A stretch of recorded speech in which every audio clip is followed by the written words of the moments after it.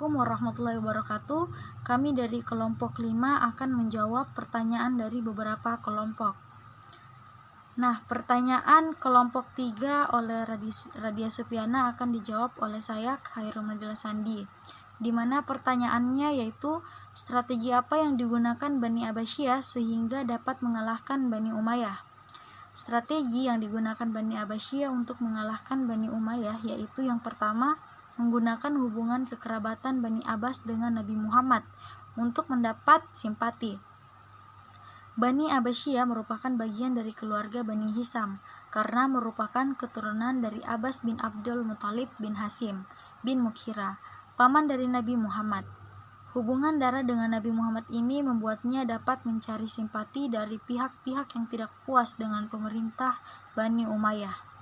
Strategi selanjutnya yaitu menggalang dukungan dari kaum non-Arab seperti bangsa Persia yang didiskriminasi dinasti Umayyah. Bani Abbasiyah mulai pemberontakannya Bani Umayyah dari Khurasan, wilayah yang sekarang merupakan bagian timur Iran dan Arab Afghanistan. Wilayah ini merupakan wilayah yang banyak dihuni suku bangsa non-Arab seperti Persia. Strategi terakhir yaitu selain dukungan dari bangsa Persia, Bani Abbasiyah juga mencari dukungan dari para pengikut Ali bin Abi Thalib dan keluarganya. Kelompok ini sering ditindas oleh pemerintah dinasti Umayyah karena dianggap melawan politik. Jawaban pertanyaan selanjutnya akan dijawab oleh Solfria Anggraini. Kepadanya dipersilahkan. Baiklah, saya akan menjawab pertanyaan dari kelompok 11 dari Ayudina Anggraini. Saat terjadinya perang salib, apa peran tersebut yang menyebabkan rusaknya moral para khalifah dinasti Umayyah dan kekacauan suksesi kepemimpinan?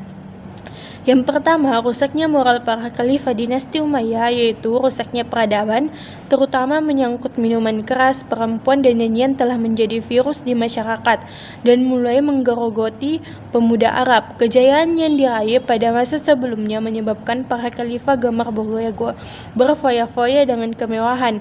Lebih parah lagi, perilaku menyimpang itu sudah menjadi fenomena umum. Bahkan keluarga khalifah sudah tidak lagi berdarah Arab murni. Yazid III adalah khalifah pertama yang lahir dari seorang budak. Dua khalifah penerusnya juga lahir dari seorang mantan budak yang dimerdekakan. Yang kedua adalah kekacauan suksesi kepemimpinan. Keadaan itu semakin kacau ketika mereka dihadapi pada suksesi kepemimpinan. Tidak adanya aturan yang pasti dan tegas tentang peralihan kekuasaan secara turun-temurun menimbulkan gangguan yang serius di tingkat negara. Persoalan menjadi semakin rumit dengan munculnya tradisi baru yang diperkenalkan oleh pendiri keluarga Marwan yang menunjuk anaknya Abdul Malik sebagai penggantinya, kemudian diikuti oleh anaknya yang lain Abdul Aziz. Ketika berkuasa, Abdul Malik ikut melakukan tradisi sebelumnya. Ia mengalihkan kekuasaan dari saudaranya Abdul Aziz kepada anaknya sendiri Al-Walid, sambil menempatkan anaknya yang lain, Sulaiman, pada urutan kedua pewaris kekuasaan. Pada gilirannya, Al-Walid tidak berhasil menggulingkan saudaranya, Sulaiman ibnu Abdul Malik, untuk menempatkan anaknya sebagai khalifah. Semua manuver tersebut tentu sangat tidak kondusif bagi stabilitas dan kelangsungan pemerintahan. Selanjutnya, saya akan menjawab pertanyaan dari kelompok 1 dari Nurul Fitriani. Apakah faktor pendukung yang menyebabkan Daulah Umayyah II mengalami kejayaan di Spanyol setelah runtuhnya Daulah Umayyah di Suriah pada tahun 750 Masehi? Jawabannya, umat Islam di Spanyol mencapai kejayaan yang gemilang.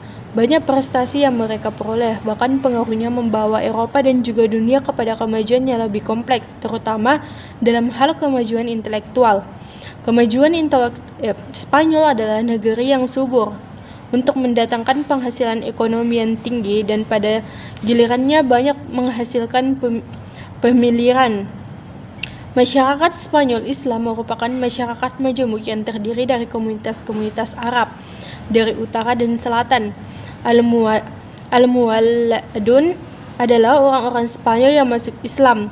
Barbar adalah umat Islam yang berasal dari Afrika Utara. Al-Sahkalibah adalah penduduk daerah antara Konstantinopel dan Bulgaria yang menjadi tawanan Jerman dan dijual kepada penguasa Islam untuk dijadikan tentara bayaran. Yahudi, Kristen, Muksareb yang berbudaya Arab, semua komunitas ini memberikan saham intelektual terhadap terbentuknya lingkungan budaya Andalus yang melahirkan kebangkitan ilmiah, sastra, dan pembangunan fisik di Spanyol. Menjawab pertanyaan kelompok 7 dari Mardianti. Pertanyaan adalah, faktor apa yang menjadi pendukung proses penguasaan Islam atas Spanyol? Karena tidak mungkin hal tersebut menjadi mudah tanpa adanya pendukung. Tolong jelaskan. Jawaban dari kelompok kami adalah karena adanya faktor internal, di mana suatu kondisi yang terdapat dalam tubuh penguasa, tokoh-tokoh pejuang, dan para prajurit Islam yang terlibat dalam penaklukan wilayah Spanyol, pada khususnya para pemimpin adalah tokoh-tokoh yang kuat. Tentaranya kompak, bersatu, dan penuh percaya diri. Yang tak kalah penting adalah ajaran Islam yang bersifat toleransi, persaudaraan, dan tolong-menolong. Sikap toleransi agama dan persaudaraan yang terdapat dalam pribadi kaum muslimin itu menyebabkan penduduk Spanyol menyebut kehadiran Islam di sana.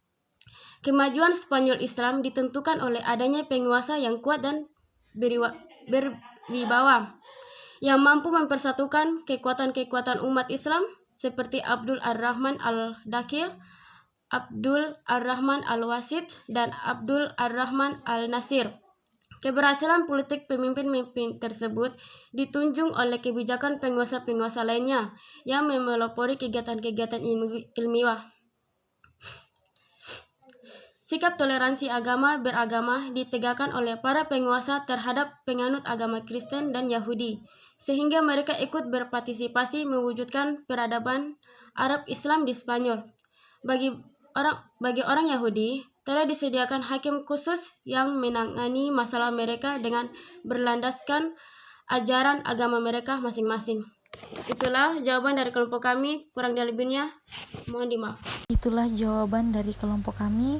Kami kembalikan kepada kelompok penanya apakah diterima atau tidak. Terima kasih. Wassalamualaikum warahmatullahi wabarakatuh.